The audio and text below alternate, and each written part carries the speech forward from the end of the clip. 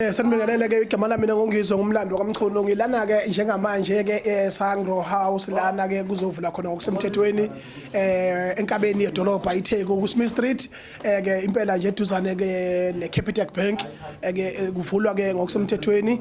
indawo eyipharmacy yesintu ka Dr Khehlelezi into ke ingqopha mlando kakhulu ngoba kungoqala nqa ukuthi khona kube khona ipharmacy yesintu yethu thina amabhinqa yethu thina inyanga zesizulu ukuthi ke ibe isezingeni elinjengaleli insizwa esencane lena enesiphiwo soyisemkhulu esisiza abantu abaningi eNingizimu Afrika ke impela iphinde futhi ibe umsakazi weVuma FM okhombisa ngosobala ke ukuthi ke uthuthuke kangakanani umsebenzi wawo sithi ke phambili ngoDr Khehlelezi abantu abasukume nje bakubhiliteni necorona nje sikhona ngempela iSlay Queen la ekhaya ke impela hayi make wayithinta nje iSlay Queen kuvele kubhoboke ke wonke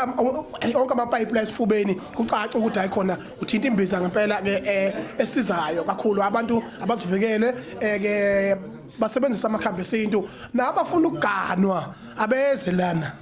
kwaKhehlelezi. Sukuma Mzansi, indumandumani sifikile. Isisivulela ikhemisi, iDr Khehlelezi Traditional Pharmacy, eseThekwini, ku407 Sangro House, kuSmith Street, kushop number 1B. Ungazi-ordela ama-products abo, noma usifikele mathupha ema-office abo. Ngolunye ulwazi, ungabathinta enambeni yase-office ethi 031 389 noma enambeni yocingo ethi 072 123 4976. uDr Khehlelezi